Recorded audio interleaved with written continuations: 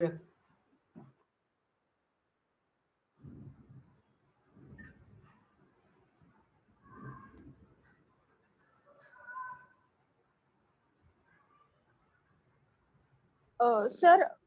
हा मला बोला. एक क्वेरी होती. आधीचे रेकॉर्डेड आपले जे झालेले आहेत सेशन ते हा. भेटतील का सर? जुने मला ते आपल्या अटेंड नाही युट्यूबला आणि करता आले. फेसबुकला टाकलेले आहेत मॅडम. युट्यूबला पण टाकलेले आहेत, ओके, फेसबुकला पण टाकलेले आहेत. तर ठीक आहे कृपया सर. त्यातनं डाउनलोड करावेत. हो आपल्याला हो सर, बघावेत ते. थँक्यू. फेसबुकला हो आहेत, हो आपल्या सर. पेजवरती आहेत आणि आपल्या युट्यूबला पण आहे. युट्यूबला ओके सर. पाहिलेलं सगळं मिळतं युट्यूब मध्ये. Okay sir, thank you thank you. मी आपल्या सर्व मान्यवरांचं या आपल्या मानवी हक्क प्रशिक्षण कार्यशाळेमध्ये सर्वांचं स्वागत करतो. आणि आज आपण नव्या विषयाला सुरुवात करत आहोत. आतापर्यंत आपण खऱ्या अर्थानं मला असं वाटतं की आपण मानवी हक्काच्या संबंधाने आपल्या भारतीय संविधानामध्ये नमूद केलेल्या ज्या काही आर्टिकल प्रमाणे ज्या आपल्या मूलभूत हक्कांची तरतुदी आहेत आणि त्याला कायदेशीर संरक्षण देण्यात आलेलं आहे, या संरक्षणाबाबतची आपण माहिती पाहिलेली आहे. याचबरोबर ती मला असं वाटतं की आपण खऱ्या अर्थानं जो आंतरराष्ट्रीय स्तरावरती राष्ट्रसमूहाने 10 डिसेंबर 1948 रोजी स्वीकारण्यात आलेला मानवी हक्काचा वैश्विक जाहीरनामा या संबंधाने माहिती पाहिलेली आहे. याचबरोबर ती आपण मानवी हक्क संरक्षण अधिनियम 1993 या कायद्याच्या तरतुदी पाहिल्या. हा कायदा अस्तित्वात आल्यानंतर या कायद्याने राष्ट्रीय मानवाधिकार आयोग आणि राज्य मानवाधिकार आयोगाची स्थापना, त्याबाबतचे राष्ट्रीय मानवाधिकार आयोगाच्या संबंधाने कशा पद्धतीनं त्याची नियुक्ती आणि त्याच्या संपूर्ण प्रक्रिया होती, त्याचबरोबर ती आपण राज्य मानवी हक्क आयोगाचीही देखील कशी नियुक्ती केली जाते, त्याचे उद्देश काय, कशा पद्धतीने कारवाई केली जाते, त्याच्याकडे तक्रारी आल्यानंतर कशा नोंद घेतली जाते, त्याची तपास यंत्रणा काय असू शकते, राज्य मानवी हक्क आयोगाला कुठले अधिकार आहेत आणि राज्य मानवी हक्क आयोग आणि राष्ट्रीय मानवाधिकार आयोग यांनी एखाद्या तक्रारीवरती केलेल्या शिफारशी याचा वार्षिक अहवाल हा संसद आणि विधिमंडळाच्या दोन्ही सभागृहांमध्ये ठेवला जातो. त्यांनी केलेल्या शिफारशी कशा पद्धतीने स्वीकारलेल्या आहेत आणि त्या कशा पद्धतीने नाकारलेल्या आहेत या संबंधाची संपूर्ण कायदेशीर माहिती पाहिलेली आहे. खऱ्या अर्थानं आपल्याला मानवाधिकार कार्यकर्ता म्हणून ज्यावेळेस आपण समाजामध्ये मानवी हक्काच्या संबंधाने आपलं योगदान देतो आणि हे योगदान देत असताना आपल्याला मानवी हक्काच्या दृष्टिकोनातून जी कायद्याची मूलभूत माहिती आवश्यक आहे, ही माहिती या आपल्या प्रशिक्षणाच्या माध्यमातून आपल्याला देण्याचा छोटासा प्रयत्न आपल्या संस्थेच्या वतीने या कार्यशाळेच्या माध्यमातून करण्यात आलेला आहे. आता मला असं वाटतं की आपण आता ज्या पद्धतीने आपण आतापर्यंत हे प्रशिक्षण केलेलं आहे, या प्रशिक्षणाच्या अँगलने आपल्याला भारतीय संविधानाचं वैशिष्ट्य समजून घेणं, मला असं वाटतं की खऱ्या अर्थानं आता ती काळाची गरज आहे आणि आपण ते समजून घेतलं पाहिजे.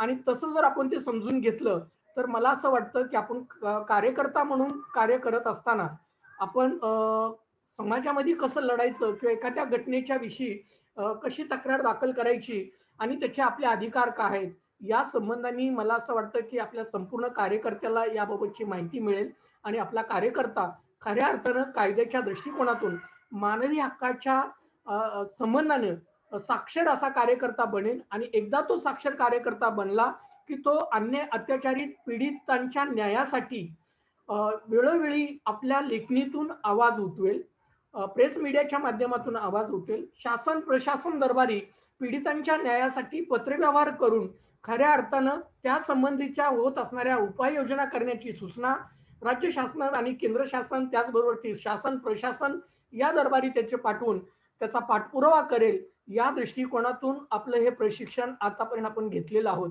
आणि म्हणूनच मला असं वाटतं भारतीय राज्यांचे संविधान या संबंधानेही आपल्याला माहिती घेणं आवश्यक आहे.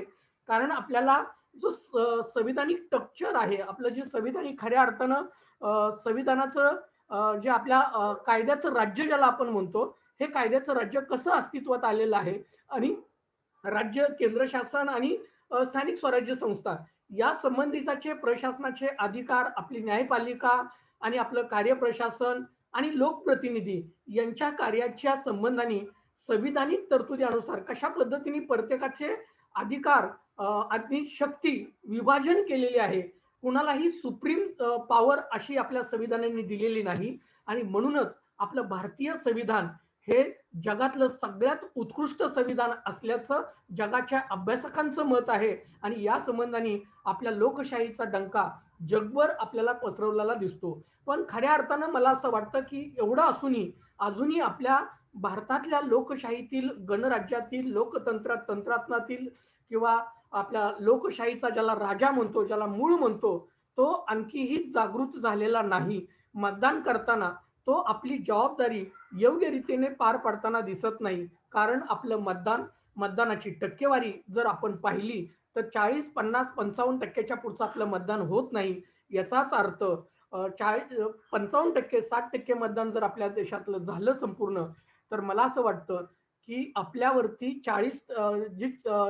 वरचे 40% लोक राहतात, त्यांची भूमिका काय हे आणखीही लोकशाहीला अभिप्रेत होत नाही, की लोकशाहीला खऱ्या अर्थानं मजबूत करण्यासाठीची ती राहत नाही. आणि म्हणूनच या दृष्टिकोनातून ज्यावेळेस आपण मानवी हक्कांची जनजागृती लोकांमध्ये करतोय, मानवी हक्काच्या संबंधाने आपण माहिती देतोय, त्यावेळेस खऱ्या अर्थानं आपल्या माणसाला, प्रत्येक नागरिकाला आपला राजा निवडायचं, आपलं शासन निवडायचा जो अधिकार देण्यात आलेला आहे. कारण आपल्या संविधानानं सगळ्यात सर्वोच्च पॉवर ही सामान्य नागरिकांच्या हातामध्ये आहे आणि ह्या नागरिकांनी त्या पॉवरचा उपयोग करणं खऱ्या अर्थानं गरजेचं आहे. त्याच वेळेस आपला देश आणि आपलं राष्ट्र खऱ्या अर्थानं सर्वोच्च त्या घडेल.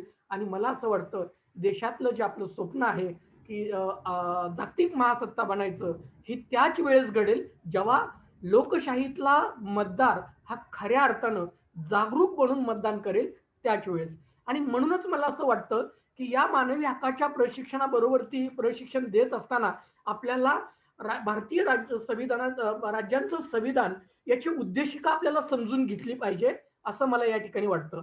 म्हणून आपण भारतीय राज्यांचं संविधान याची उद्देशिका जर आपण समजून घेतली तर याच्यामध्ये आपल्याला म्हटलंय की आम्ही ब्रिटिश भारतीय प्रशासकीय घटक ज्या प्रांतला आणि केंद्रशासित प्रदेश असे संबोधतात आणि भारतीय राज्याने या सर्व प्रदेशातील आम्ही लोक या सर्व भूप्रदेशांना एकात्म संघ राज्याच्या बनवण्याच्या हेतूने संकल्प करीत आहोत.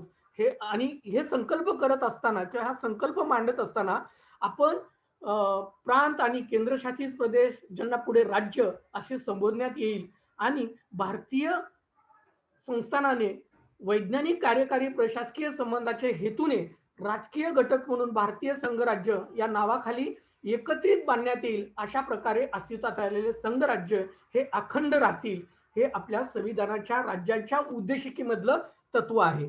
आता हे तत्व समजून घेत असताना मला असं वाटतं की आपल्या संविधानाचं सगळ्यात महत्वाचं आपण या गोष्टी समजून घेतल्या पाहिजेत की या भारतीय संघराज्यात आम्हाला आमच्या पुढील पिढींना स्वराज्य आणि सुराज्याचा लाभ व्हावा.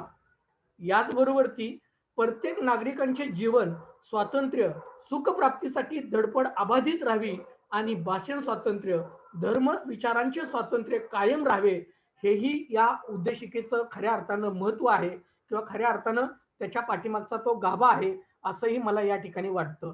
आणि त्याचबरोबर ती आपण जर यापुढे जर आपण या संघराज्याच्या उद्देशिकेच्या प्रमाणे जर आपण बघितलं, मला वाटतं आणखी आपल्याला ऍडमिट होत आहेत तर त्यांना आपण ऍडमिट करून घेऊया.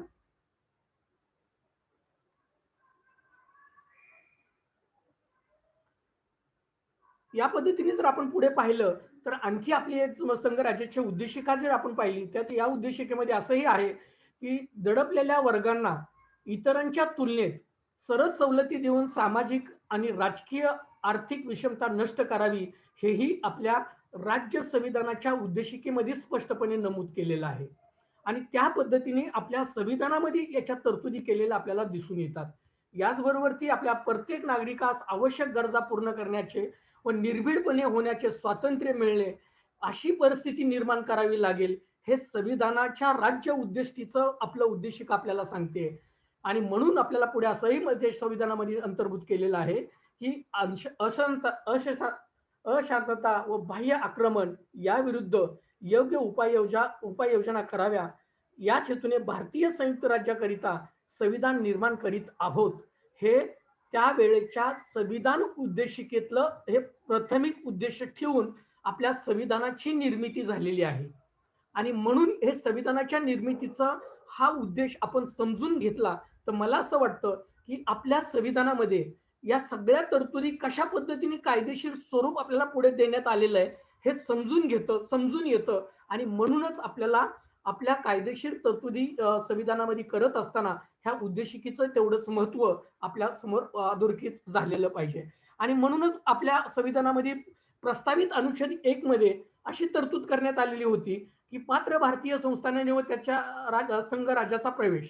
आपल्याला कल्पना आहे की आपला देश हा इंग्रजाच्या काळाच्या अगोदरच्या जर सगळ्या प्रक्रिया पाहिल्या तर आपल्याला वेगळ्या वेगळ्या संस्थानामध्ये वाटलेला देश होता. प्रत्येक अशी वेगळी संस्थानं होती आणि या संस्थानांना एकत्रित करून हा देश आपला बनवण्यात आलेला आहे. आणि म्हणूनच आपल्या प्रस्तावित अनुच्छेद 1 मध्ये भारतीय संस्थानांचे व त्यांचा संघ राज्यात प्रवेश करण्यासंबंधीच्या तरतुदी या संविधानामध्ये आपल्याला करून देण्यात आलेल्या आहेत. आणि म्हणूनच पुढे म्हटलेलं आहे की पात्र ठरलेल्या भारतीय संस्थानांनी जी संघ राज्यात प्रविष्ट झाली नाहीत तसेच प्रविष्ट होण्यात अपात्र ठरली भारतीय संस्थानांचे याचा भारतीय संघ राज्याशी संबंध कशा पद्धतीने जोडलेला आहे हे आपल्याला आपल्या भारतीय संविधानाच्या खंड 3 मध्ये या संबंधाने तरतुदी केलेल्या आहेत. आणि त्याच्यामध्ये असं नमूद करण्यात आलेलं आहे की प्रवेशास पात्र ठरलेल्या भारतीय संस्थानांचा अपात्र ठरवून त्यांना भारतीय संघ राज्यातील राज्य म्हणून प्रविष्ट करण्याच्या हेतूने तत्सम संबंधी संस्थानाच्या प्रादेशिक मर्यादेचे पुनर्गठन करण्याचे भारतीय संघ राज्याचे अधिकार हे खंड 4 मध्ये नमूद करण्यात आलेले आहे. आणि ते तयार करण्यात आलेले आहेत. नवीन राज्याची निर्मिती कशा पद्धतीने केली जाऊ शकते याचे अधिकार याच्यामध्ये नमूद करण्यात आलेले आहेत. आणि म्हणून अनुच्छेद भाग 2 मध्ये भारतीय संयुक्त राज्य व नवीन भूप्रदेश कशा पद्धतीने बनवता येऊ शकतात किंवा त्याची मांडणी कशी असते या संबंधाची संविधानातले प्रावधान या ठिकाणी नमूद केलेले आपल्याला दिसून येतात. याच्यामध्ये परकीय राज्याचा संघ राज्यात समावेश करणे, भारतीय संयुक्त राज्यासाठी नवीन भूप्रदेश हस्तगत करणे आणि या प्रदेशांना संघ राज्यातील समाविष्ट नसलेले प्रदेश म्हणून ठरवणे या संबंधीच्या तरतुदी आपल्याला या कलमामधनं स्पष्टपणे दिसून येतात. आणि म्हणून भारतीय संस्थानांना संघ राज्यात प्रवेश करून देत असताना खंड 1 मध्ये काय म्हटलेलं आहे तर खंड 1 मध्ये आपल्याला असं म्हटलेलं आहे की भारतीय संस्थानांनी अर्ज दिल्यानंतर आणि संघ राज्याच्या विधिमंडळाचं संविधानाचे स्वरूप ठरवण्यात संभाव्य कायद्यातील अटी व पूर्ण केले असे दिसून येताच या संस्थानांना संघ राज्यात प्रवेश देण्यात येईल. मात्र असे संस्थान हे पात्र असलेले संस्थान असावे असंही या खंड याच्यामध्ये नमूद करण्यात आलेले आहे. पुढे याच अनुच्छेदाला पात्रता भारतीय संविधानाची यादी तयार करण्यात आली आणि तोपर्यंत भारतीय विधिमंडळाने निर्धारित केलेल्या एका विशिष्ट आकारा एवढा या संस्थानाचा आकार नाही, त्या राज्यातील निसर्ग साधने आपल्या लोकांचे जीवनमान उत्तम राहण्यास पुरेसे नाहीत, त्या राज्याचे उत्पन्न व लोकसंख्या यामुळे कारभार होण्यासाठी राज्य स्वयंपूर्ण नाही, परकीय आक्रमणापासून संरक्षण अंतर्गत कायदा सुव्यवस्था स्थापन करण्यास ते राज्य लायक नाही आणि कोणत्याही आधुनिक राज्यातील लोककल्याणाच्या प्रशासनाच्या कामी कमीत कमी अपेक्षा असतात त्या पूर्ण केलेल्या नाहीत तोपर्यंत कोणतेही संस्थान हे पात्र संस्थान समजले जाणार नाही. हे कायद्यातल्या तरतुदीप्रमाणे आपल्याला याच्यामध्ये संस्थानांना आपल्या संघ राज्याचा दर्जा देत असताना या संबंधीच्या अटी आणि शर्ती आपल्याला संविधानामध्ये घातलेल्या या ठिकाणी दिसून येतात. आणि म्हणून खंड 2 मध्ये जी तरतूद आपल्याला पाहायला मिळते तर खंड 2 मध्ये अशी तरतूद केलेली आहे की भारतीय संस्थान जे पात्र संस्थान आहेत परंतु संघ राज्यात आलेले नाहीत अशा संस्थानांचा भूप्रदेश आणि पात्र ठरलेल्या भारतीय संस्थानांचा भूप्रदेश हे सर्व भारतीय संघ राज्याचे प्रविष्ट भूप्रदेश असे समजण्यात येईल आणि ते संघ राज्याचा एक अविभाज्य भाग समजला पाहिजे. तसेच विधिमंडळाने सहमत केलेल्या भारतीय संघ राज्याच्या संविधानाच्या ठराविक तरतुदींना जबाबदार राहतील असंही खंड 2 मध्ये आपल्याला नमूद केलेलं पाहायला मिळतं. याचबरोबर आपण खंड 3च्या संबंधाने जर माहिती पाहिली संविधानाची आपण थोडक्यात हे संविधान समजून घेत आहोत. संघ राज्याची निर्मिती, संघ राज्याचे अधिकार, संघ राज्याला कशा पद्धतीने आपल्या संघ राज्याचा दर्जा देणं, कसं समाविष्ट करून घेणं या संबंधीचा संविधान स्वीकारताना करण्यात आलेल्या तरतुदीची आपण माहिती पाहत आहोत. आणि म्हणून खंड 4 मध्ये असं नमूद करताना आपल्याला दिलेलं आहे की संघ राज्यात राज्य म्हणून प्रविष्ट झाल्यानंतर कोणत्याही राज्यास त्याचे सरहद्दीत नवे राज्य निर्माण करता येणार नाही. तसेच 2 अथवा जास्त राज्य अथवा त्याचे भूभाग एकत्र करून संबंधित राज्याच्या तसेच संघ राज्याच्या विधिमंडळाकडून सहमतीत झाल्याशिवाय नवीन राज्य निर्माण करता येणार नाही. गाईज, आपल्याला कल्पना असेल की आपल्या महाराष्ट्रामध्ये नेहमीच 2 राज्याची किंवा वेगळ्या राज्याची मागणी केली जात आहे आणि ती म्हणजे विदर्भ वेगळं राज्य करा किंवा वेगळं हे करा. तर ह्या राज्य कशा पद्धतीने राज्याची निर्मिती होती किंवा राज्य कसं निर्मित झालं पाहिजे हे संविधानाच्या मार्गदर्शक आणि या संविधानाच्या तरतुदी आपल्याला या खंड 4 मध्ये नमूद करून आपल्याला संविधानाने दिलेले आहेत आणि याचं पालन केल्याशिवाय नवीन राज्याची निर्मिती करता येणार नाही हे स्पष्टपणे संविधानामध्ये तरतूद करून देण्यात आलेले आहे. आणि म्हणूनच आता आपण पुढचा भाग पाहत असताना मला असं वाटतं की अनुच्छेद 1-2 म्हणजे खंड 1 मध्ये जी तरतूद आपल्याला दिसते ती तरतूद अशी दिसते की भारताचा नैसर्गिक भाग असलेला अथवा त्या सरहद्दीस लागून असलेल्या कोणत्याही भूभागास उभय पक्षात सहमत झालेल्या अटीनुसार भारताचे संघराज्य आपल्या राज्यात समाविष्ट करू शकेल. मात्र या अटी भारतीय संघराज्याच्या संविधानाशी विसंगत नसाव्यात. तसेच भारतीय संघराज्यातील अर्ध्या राज्य विधिमंडळांनी ठरावाद्वारे अशा विलिनीकरणाची शिफारस करायला हवी. या संघ राज्याच्या निर्मिती संबंधाच्या या सगळ्या तरतुदी आहेत.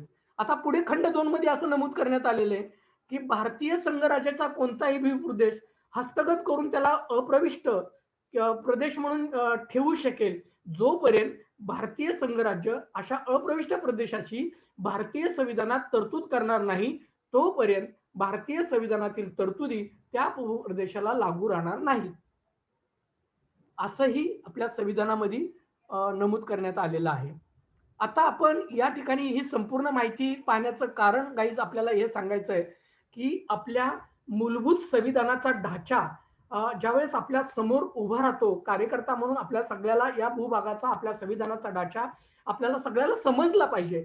जे आपले कायदे आणि विधिमंडळ आपले जे आहे ह्या विधिमंडळाचे अधिकार ज्यावेळेस आपल्या लक्षात येतात तेव्हा मला वाटतं कार्यकर्ता म्हणून घडत असताना आपल्याला या संबंधाची माहिती ज्यावेळेस असते त्यावेळेस आपल्याला लोकसंख्येच्या लोकभावनेच्या आधारे आपल्या लोकांच्या भावनेप्रमाणे कायदेशीर तरतुदी त्याच्या उपाययोजना या सुचवण्याचा या संबंधाने ड्राफ्टिंग करण्याचा हा अधिकार आपल्याला आहे आणि तो अधिकार आपल्या लक्षात आला तर मला वाटतं की त्या दृष्टिकोनातून आपला कार्यकर्ता जो समजून घेतलेला आहे संविधान समजून घेतलेलं आहे तर तशी मागणी कशा पद्धतीने करायची याचा अभ्यास त्याच्यापर्यंत पोहोचेल या दृष्टिकोनातून हे आपण पाहत आहोत. आता आपल्याला माहिती आहे की अनुच्छेद 2 भाग 1 मध्ये नागरिकांचे मूलभूत अधिकार काय आहेत आपण या संबंधाने माहिती आधीच ऑलरेडी पाहिलेली आहे. तरी मला असं वाटतं की पुन्हा एकदा उजळणीच्या दृष्टिकोनातून आपण पाहत असताना खंड 1 मध्ये आपल्याला असं सांगितलेलं आहे की न्यायालयीन संरक्षण कशा पद्धतीने दिलेलं आहे हे आपण या आधीच्या तरतुदी पाहत असताना आपण पाहिलेलं आहे.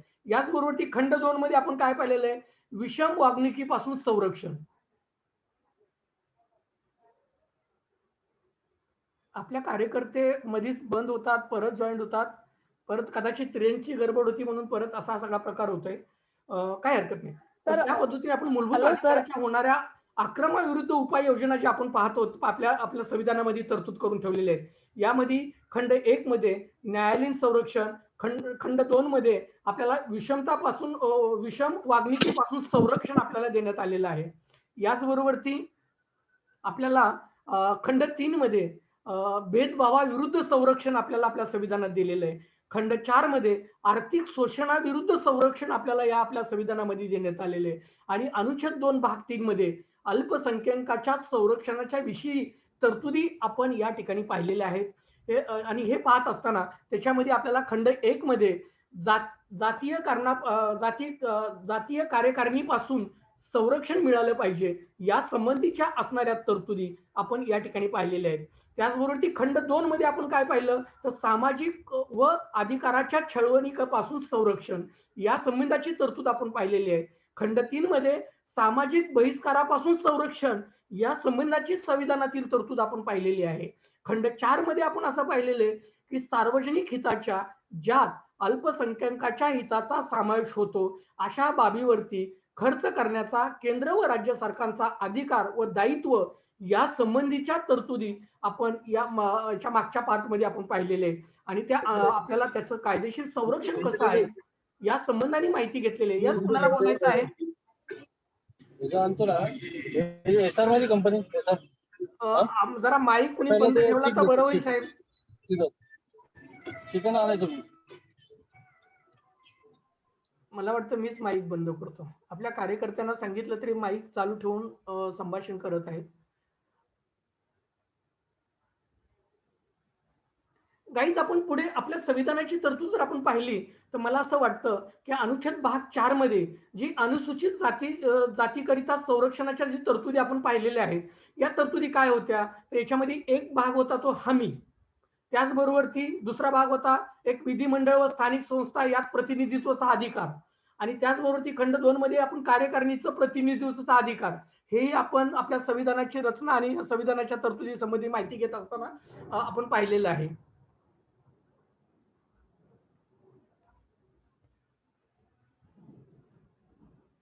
याचबरोबर ती विशेष जबाबदाऱ्या, उच्च शिक्षण आणि स्वतंत्र वसाहती विभाग, आपण त्याच्यामध्ये भाग 3 मध्ये जर विभाग त्याचा पाहिला आपण तर संरक्षक विषय तरतुदीची दुरुस्ती आणि अंमलबजावणी या संबंधीच्या ज्या कायदेशीर संविधानातल्या तरतुदी होत्या, या संबंधीचा उपमोह आपण मागच्या काही 15 दिवसामध्ये जे प्रशिक्षण घेतलेलं आहे, या प्रशिक्षणामध्ये मला वाटतं मी वेळोवेळी ते आपल्या समोर मांडलेले आहेत आणि त्या संबंधाने आपण त्याच्या दृष्टिकोनातून चर्चाही आपण केलेली आहे. आणि ही उजळणी करत असताना आपल्याला मला असं वाटतं की आपल्या याच अंगली संरक्षण विषयक तरतुदीचा संविधानातला अंतर्भाव, या संबंधीच्या तरतुदी कशा पद्धतीने आहेत या पण आपण त्या ठिकाणी पाहिलेल्या आहेत. आणि त्याचबरोबर ती संरक्षक विषयक तरतुदीची दुरुस्ती कशी केली जाते, जर मूलभूत हक्कांच्या मध्ये पण दुरुस्ती केली जाते तर मूलभूत हक्कांमध्ये पण दुरुस्ती करण्याचा, संविधानामध्ये बदल करण्याचा, त्याचा दुरुस्त करण्याचा अधिकार कसा दिलेला आहे हेही आपण त्या ठिकाणी पाहिलेलं आहे. पण हे मूलभूत हक्कांमध्ये दुरुस्तीच्या सुचवत असताना किंवा कायदा करत असताना त्या संबंधाने संविधानाचा जो गाभा आहे किंवा मूलभूत हक्कांचं उल्लंघन त्या ठिकाणी होणार नाही, अतिक्रमण होणार नाही, असा कायदा कुठल्याही राज्य व केंद्र सरकारला करता येणार नाही, या संबंधीच्या असणाऱ्या तरतुदी याही ठिकाणी आपण पाहिलेले आहेत. आता याच्या संविधानाच्या भाग 2 मध्ये जर आपण पाहिलं, अनुच्छेद 2 भाग 1 मध्ये, तर नागरिकांचे मूलभूत अधिकार या संबंधीच्या आपण तरतुदी पाहत असताना आपण पाहिलं होतं की भारतीय संघ राज्याचे संविधान खालील मूलभूत अधिकारांना मान्य केलेलं आहे. त्यापैकी आपण एक पाहिलं तर भारतीय संघ राज्याच्या अथवा तेथे राहतात त्या राज्याच्या सरहद्दीत ज्यांचा जन्म झाला असेल अथवा ज्यांचा स्वाभाविकपणे विकास झाला असेल ते सर्व भारतीय संघ राज्याचे तसेच त्या राज्याचे नागरिक आहेत. या संबंधीची तरतूद आपण संविधानाचा अभ्यास करत असताना या अगोदरही पाहिलेली होती. याचबरोबर ती एखादे पद, जन्म, कुटुंब, धर्म अथवा धार्मिक परंपरा, रूढी यामुळे प्राप्त झालेला विशेष अधिकार अथवा हीनपणा नष्ट करण्यात येत आहे. या संबंधाची कलम 18 मध्ये जी तरतूद आपण पाहिली होती संविधानाच्या हक्कांमध्ये, त्या संबंधाची आपण जी तरतूद आहे ही आपण पाहिलेली आहे.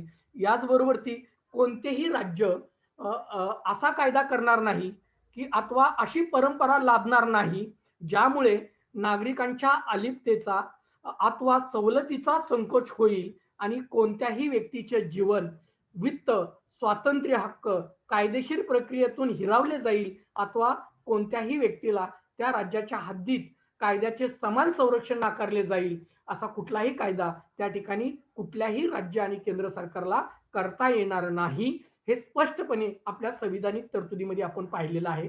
जो मूलभूत हक्कांचा भाग आपण ज्यावेळेस पाहत होतो ही तरतूद त्याच्यामध्ये आपण समजून घेतलेली आहे. याचबरोबर ती सर्व नागरिक कायद्याच्या दृष्टीने समान आहेत, सर्वांना नागरिक तत्वाचे समान अधिकार आहेत, हेही आपण तरतूद पाहिलेली आहे. याचबरोबर ती सध्या स्थितीत अस्तित्वात असलेला कोणताही कायदा, नेम, आदेश, रूढी अथवा विधी विश्लेषण यामुळे एखाद्या नागरिकास दंड, गैरसोय अथवा बंधन निर्माण केले जाईल किंवा अथवा पक्षपात केला जाईल असे तर सर्व कायदे हे संविधान अंमलात आल्यापासून रद्द ठरवण्यात आलेले आहेत. हेही आपण याच्या अगोदरच्या कलमांमध्ये अभ्यास करत असताना संविधानाच्या दृष्टिकोनातून या आपण का प्रशिक्षण घेत असताना या कलमामध्ये याची माहिती आपण पाहिलेली आहे. गाईज, या संबंधाने पुन्हा एकदा उजळणी तुमच्या सर्वांची व्हावी या दृष्टिकोनातून मूलभूत हक्कांविषयीच्या असणाऱ्या तरतुदी मी तुम्हाला आणखी एकदा समजून सांगण्याचा प्रयत्न या माध्यमातून करत आहे. याचबरोबर ती आपण हक्कांच्या दृष्टिकोनातून पाहत असताना आपण हे पाहिलं होतं की सामाजिक प्रतिष्ठेचा विचार न करता सर्व वर्गांना लागू केलेल्या कायद्यांतर्गत तरतुदीचा अपवाद वगळता व्यक्तीला राहण्याचा अथवा अन्य सवलतीचा उपभोगापासून किंवा खानवळीच्या सोयीपासून शैक्षणिक संस्थेमधील प्रवेशापासून रस्ते पायवाटा बोळी तलाव विहिरी आदी पाणवाट्याची स्थळे भूमी आकाश आणि समुद्रावरील वाहने थिएटर अथवा सार्वजनिक मनोरंजनाची स्थळे लोकांकरिता लोकांनी चालवलेले अथवा लोकांच्या उपयोगाचे आहेत अशा साऱ्यांचा वापर करण्यापासून कुणीही वंचित राहणार नाही या संबंधाची तरतूद ही आपल्या संविधानामध्ये अभ्यास करत असताना किंवा आपण मूलभूत हक्कांची तरतूद पाहत असताना या संबंधाने आपण माहिती या ठिकाणी पाहिलेली आहे किंवा आपण या संबंधीचा अभ्यास या ठिकाणी केलेला आहे. गाईज, आपल्या मूलभूत हक्कांच्या संबंधाचे संरक्षण आणि मूलभूत हक्क या संबंधाची माहिती आपण पाहिलेली आहे आणि म्हणून मी पुन्हा एकदा उजळणी करतो की जेणेकरून तुम्हाला हे हक्क काय आहेत आणि कशा पद्धतीने त्याची अंमलबजावणी होती या दृष्टिकोनातून आपल्याला पुन्हा एकदा ही उजळणी चालू आहे. आणि या हक्कांच्या संबंधाने बोलत असताना आपण आपल्या संविधानाने दिलेल्या हक्कासंबंधाने पाहिलं होतं की लोकांनी अथवा लोकांकरिता चालवलेल्या सर्व संस्था वाहन सुखसोयी या सर्व नागरिकांना प्रवेश करण्याचा समान अधिकार राहील हे आपले मूलभूत हक्क आहेत. आणि या हक्कांच्या संबंधाने कोणत्याही सार्वजनिक पदाकरिता अथवा व्यापार व धंद्याकरिता कोणत्याही नागरिकास त्याच्या धर्म जात पंथ लिंग अथवा सामाजिक स्तर या बाबीमुळे अपात्र ठरवता येणार नाही. हे आपण मूलभूत हक्कांमध्ये ज्यावेळेस आपण आर्टिकल पाहत होतो आणि मूलभूत हक्कांच्या संविधानिक तरतुदी पाहत होतो आणि त्याच्या कलमानुसार आपण याची माहिती आपल्या संविधानाने दिलेल्या मूलभूत हक्काची माहिती आपण या ठिकाणी पाहिलेली आहे तर त्याच्या कायदेशीर तरतुदी आपण त्या ठिकाणी समजून घेतलेल्या आहेत. या बरोबरती आपण मूलभूत हक्काच्या दृष्टिकोनातून पाहत असताना आपण हेही पाहिलं होतं की प्रत्येक नागरिकास भारताच्या कोणत्याही भागात राहण्याचा अधिकार राहील. त्याचबरोबर ती सार्वजनिक सुरक्षता आणि नैतिकता या व्यतिरिक्त अन्य कोणत्याही कारणाने नागरिकांचा राहण्याचा अधिकार संकोचित करणारा कायदा करता येणार नाही. हेही आपण मागच्या ज्या संविधानाच्या याच्यामध्ये आपण मूलभूत हक्कांमध्ये पाहत होतो त्याच्यामधली तरतूद मला वाटतं तुम्हाला मी सांगितलेली आहे. हक्काच्या दृष्टिकोनातून आपण पाहत असताना मला असं वाटतं की पुढे आणखी आपल्या कायद्यामध्ये प्रत्येक नागरिकास त्याच्या मूळ राज्यातून मिळालेल्या नागरिकत्वाच्या प्रमाणपत्राच्या आधारे भारताच्या अन्य कोणत्याही राज्यात वसाहत करता येईल. त्याचबरोबर ती अशा नागरिकास याच खंडातील उपखंड 4 मध्ये दर्शवलेल्या कारणाकरिता अन्य कोणत्याही मुद्द्यावर वसाहत करण्याची परवानगी नाकारता येणार नाही अथवा दिलेली परवानगी परत घेता येणार नाही. ही तरतूद आपण पाहिली होते. म्हणजेच आपल्या संचार स्वातंत्र्य या संबंधाच्या तरतुदी आपण पाहत असताना या संबंधाची ही तरतूद आपण आपल्या संविधानिक तरतुदीमध्ये पाहत होतो आणि त्याची कायदेशीर झालेली तरतूद आपण त्या ठिकाणी पाहिलेली आहे. पुढे आपण मानवी हक्काच्या दृष्टिकोनातून आपल्या संविधानात कशा पद्धतीने मूलभूत हक्काची तरतूद केलेली हे पाहत असताना आपण वसाहत करू इच्छिणाऱ्या नागरिकांवरती अन्य नागरिकांना द्याव्या लागणाऱ्या कराच्या निर्बंधित व्यतिरिक्त अन्य कोणताही विशेष कर त्या राज्याने लादू नये किंवा वसाहतीच्या परवानगीकरिता लागणारे जास्तीचे शुल्क केंद्र व विधिमंडळ कायद्याने निश्चित करून करील तेवढंच तिथं आकारण्यात येईल. ही तरतूद आपण त्या ठिकाणी पाहिली होती. आणि त्याचबरोबर ती अन्य आपण हे पाहत असताना वसाहतीची परवानगी राज्य सरकारद्वारे खालील व्यक्तींना नाकारली दिली पाहिजे या संबंधाची माहिती देतो. ती म्हणजे धंदेवाई दिली जाणार नाही. वसाहतीतील परवानगी राज्य सरकारद्वारे व्यक्तींना नाकारली जाऊ शकते. ती कुठल्या लोकांना नाकारली जाऊ शकते तर त्यामध्ये धंदेवाईक गुन्हेगार जे लोक असतात अशा लोकांना परवानगी नाकारण्याचा अधिकार आपल्या संविधानामध्ये असणारी तरतूद त्या ठिकाणी आपल्याला आपण पाहिलेली आहे. त्याचबरोबर ती त्या राज्यातील जातीय समतोल बिघडवण्याच्या हेतूने ज्या वसाहत करावायची आहे अशा लोकांनाही परवानगी राज्य दिली जाणार नाही. ज्या राज्यात वसाहत करायची आहे त्या राज्यातील अधिकाऱ्यांना जे असे सिद्ध करू देऊ शकत नाहीत की ज्यांना पोट भरण्याची खात्रीचे साधन आहे आणि ज्या लोकांच्या भिक्षेवरती जगत नाहीत अथवा तेथील लोकांच्या दायित्वावरती कायमचे ओझे होणार नाही अशा लोकांनाही त्या ठिकाणी परवानगी दिली जाणार नाही. याचबरोबर ती मूळ राज्यातील सरकारला विनंती करून देखील ज्यांना योग्य ती मदत करण्यास ते राज्य तयार नाही, अशा लोकांनाही त्या ठिकाणी वसाहतीची परवानगी राज्य नाकारू शकेल. त्याचबरोबरती आपण पुढेही हे पण पाहिलं होतं की अर्जदारास काम करण्यास दृढ असलेल्या त्याच्या मूळ राज्याच्या लोकांच्या भिकेवरती जगत नसणे आणि बेकार राहणार नाही असा जामीन देण्यास तयार असेल तर त्याला वास्तव करण्यास